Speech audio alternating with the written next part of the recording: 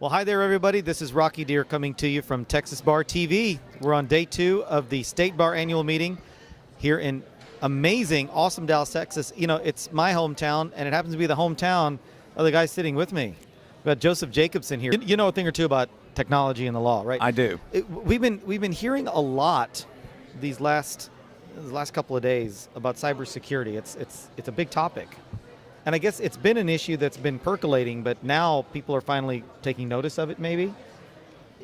And, Yes. you know, in your role and your experience, how do you overcome that issue with the cloud? And, you know, because for a lot of lawyers, they may not have the resources to protect themselves manually. They want a cloud-based system. How do you fix that? It's absolutely understandable, Okay. Rocky, that attorneys, just as clients, would be looking for cloud-based systems. And for me, as I look at these issues, there are 3 factors that need to be examined. Okay. One of them is as a law firm, your contract with the cloud provider. Sure. And secondly, your contract, your engagement agreement with the client, and how much you have participated in giving the client the information to make an informed decision. So you have to Sure. have disclosure, and then you also need to have an exchange of information with your client about their cyber insurance, their cybersecurity protections and policies, and yours, and make sure that there's nothing that would fall in the gaps.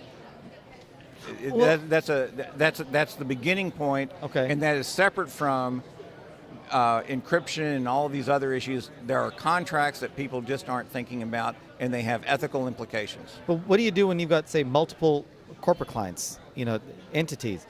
They have their own standard requirements for cybersecurity and what kind of information and security is supposed to have, you know, protections. And so sometimes they may not always be, you may not be able to please both clients. And they may not be willing to budge on their cybersecurity provisions because that's something their cyber lawyers told them they have to have.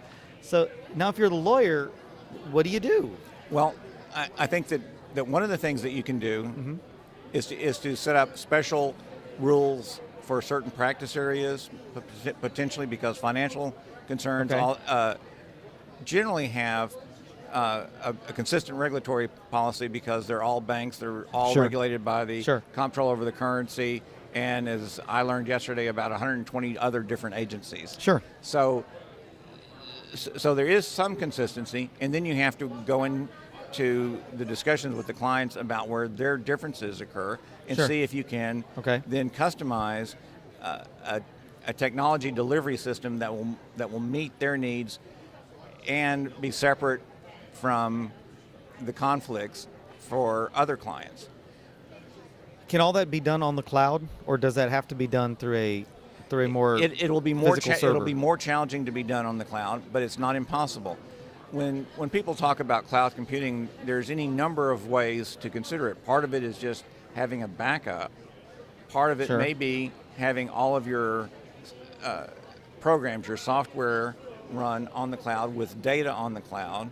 Right. And then also, part of it may be that you or your technology staff participate in designing the operating systems and the procedures for those servers, so that you're really renting blank servers almost. Okay. That your technology team then programs and sets up so as to comply with the client's needs. But oftentimes we get, you know, what you get from the agreement you get with the cloud-based server. It's a contract of adhesion. You click yes or go look elsewhere.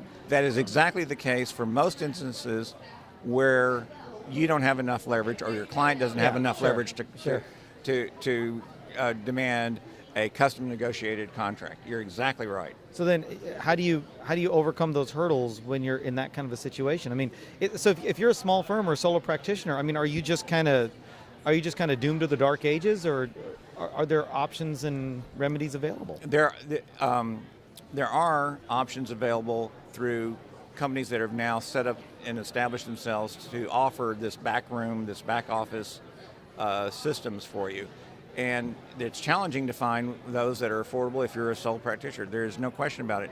The other aspect of it is that you have the opportunity to educate yourself and to also hire consultants who will set up custom-made systems for you to meet the needs of your client. Joseph, thank you for being here. You're thank welcome. you for spending a few minutes with us.